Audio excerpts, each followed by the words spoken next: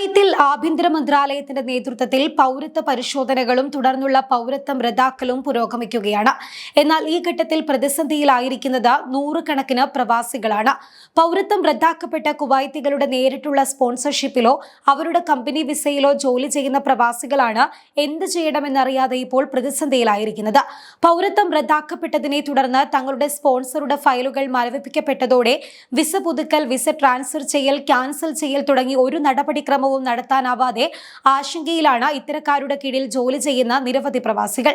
അധികൃതർ നടത്തിയ പരിശോധനയിൽ അനധികൃത മാർഗത്തിലൂടെ 9,132 പേർ നേടിയ പൗരത്വമാണ് കുവൈത്ത് കഴിഞ്ഞ ദിവസങ്ങളിൽ റദ്ദാക്കിയത്. പൗരത്വം റദ്ദാക്കാനുള്ള തീരുമാനങ്ങളിൽ പേരുകൾ ഉൾപ്പെട്ട വ്യക്തികൾക്കുള്ള പ്രതിമാസ ദേശീയ തൊഴിൽ പിന്തുണ താൽക്കാലികമായി നിർത്തിവെച്ചതായി public authority for manpower കഴിഞ്ഞ ദിവസം അറിയിച്ചിരുന്നു. അനധികൃത താമസക്കാർക്കായുള്ള സെൻട്രൽ ഏജൻസി നൽകിയ വിവരങ്ങളുടെ അടിസ്ഥാനത്തിലാണ് ഈ തീരുമാനം. തൊഴിൽ പിന്തുണ ലഭിക്കണമെങ്കിൽ ഗുണഭോക്താക്കൾ കുവൈത്ത് പൗരന്മാരായിരിക്കണമെന്ന് നിയമം വ്യവസ്ഥ ചെയ്യുന്നുണ്ട്. എന്നാൽ ഇവരുടെ പൗരത്വം റദ്ദാക്കപ്പെട്ടതോടെ ഈ നിബന്ധന പാലിക്കാത്ത സ്ഥിതി വരുന്നതോടെയാണ് ഇവർക്കുള്ള സഹായങ്ങളും പിൻവലിക്കപ്പെടുന്നത്. ഉടമകളുടെ പൗരത്വം റദ്ദാക്കപ്പെട്ടതോടെ അവരുടെ കമ്പനികളുടെയും സ്വകാര്യ മേഖലയിലെ തൊഴിലുടമകളുടെയും ഫയലുകൾ പ്രത്യേകമായി ഫ്ലാഗ് ചെയ്തതായി അതോറിറ്റി അറിയിച്ചിട്ടുണ്ട്. തൊഴിൽ വിപണിയുമായി ബന്ധപ്പെട്ട പ്രവർത്തനങ്ങളിൽ നിന്ന് അവരെ ഫലപ്രദമായി തടയുന്ന ഒരു പ്രത്യേക കോഡ് ഉപയോഗിച്ചാണ് ഇവരുടെ ഫയലുകൾ ഫ്ലാഗ് ചെയ്തിട്ടുള്ളത്.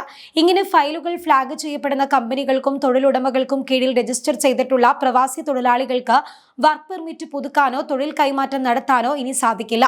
കമ്പനി ഉടമകൾ കേന്ദ്ര നിയമവിരുദ്ധ താമസക്കാർക്കായുള്ള സെൻട്രൽ ഏജൻസിയുമായി ബന്ധപ്പെട്ട് അവരുടെ പ്രശ്നത്തിൽ ഒരു തീരുമാനം ഉണ്ടാകുന്നതുവരെ ഈ അവസ്ഥ തുടരുമെന്നാണ് ഇതുമായി ബന്ധപ്പെട്ട പ്രവർത്തകരുടെ വിലയിരുത്തൽ. അതേസമയം ഇതുമായി ബന്ധപ്പെട്ട ഉയർന്നുവന്ന പ്രശ്നങ്ങൾ അധികൃതരുടെ പരിഗണനയിലാണെന്ന് പ്രാദേശിക മാധ്യമങ്ങൾ റിപ്പോർട്ട് ചെയ്തിട്ടുണ്ട്. നിയന്ത്രണങ്ങൾ നീക്കണമോ അതോ കമ്പനികളെ അവരുടെ പദവിയിൽ ഭേദഗതി വരുത്താൻ അനുവദിക്കണമോ എന്നത് സംബന്ധിച്ച് കേന്ദ്ര ഏജൻസി നിർദ്ദേശങ്ങൾ നൽകും. ആവശ്യമായ നടപടിക്രമങ്ങൾ നടക്കുന്നുണ്ടെന്ന് ഉറപ്പാക്കാൻ മാൻപവർ അതോറിറ്റി ആവശ്യമായ ഇടപെടലുകൾ നടത്തുന്നുണ്ട് എന്നും ഇതേ റിപ്പോർട്ടിൽ പറയുന്നുണ്ട്. പ്രശ്നബാധിതരായ കമ്പനികളെ കണ്ടെത്തി ഉചിതമായ നടപടികൾ കൈക്കൊള്ളുന്നതിന് മാൻപവർ അതോറിറ്റി ആഭ്യന്തര മന്ത്രാലയവുമായി സഹകരിച്ച് പ്രവർത്തിച്ചു വരികയാണ്. ഒരു വാണിജ്യ ലൈസൻസ് ലഭിക്കുന്നതിനുള്ള മുൻ വ്യവസ്ഥകളിൽ ഒന്ന് ലൈസൻസ് ഉടമ കുവൈത്ത് പൗരനായിരിക്കണമെന്നതാണ്. ദേശീയത റദ്ദാക്കുന്നതോടെ ഈ ആവശ്യകത ലംഘിക്കപ്പെടുന്നതാണ് പ്രതിസന്ധിക്ക് കാരണമാകുന്നത്. ഇതുമൂലം കമ്പനികളും അവരുടെ തൊഴിലാളികളും തമ്മിലുള്ള കരാർ ഉടമ്പടികൾ അസാധുവാകാനും സാധ്യതയുണ്ട്. അതേസമയം ഈ തീരുമാനങ്ങളാൽ പ്രതിസന്ധിയിലാവുന്ന തൊഴിലാളികളുടെ അവകാശങ്ങൾ സംരക്ഷിക്കുന്നതിന് മാൻപവർ അതോറിറ്റി പ്രതിജ്ഞാബദ്ധരാണെന്ന് അധികൃതർ അറിയിക്കുകയും ചെയ്തിട്ടുണ്ട്.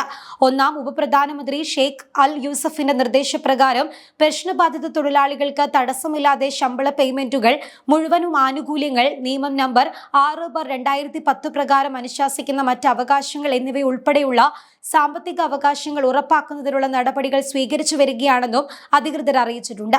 സ്ഥാപിത നിയമ ചട്ടക്കൂടുകൾക്ക് അനുസൃതമായി ഈ കേസുകൾ പരിഹരിക്കുന്നതിനും തൊഴിലാളികളുടെ അവകാശങ്ങൾ സംരക്ഷിക്കുന്നതിനും തൊഴിൽ വിപണിയുടെ ശരിയായ നിയന്ത്രണത്തിനും വിധേയമായി ഈ കേസുകൾ പരിഹരിക്കാനുള്ള ശ്രമങ്ങൾ നടത്തിവരികയാണ് എന്നും അധികൃതർ അറിയിച്ചിട്ടുണ്ട്.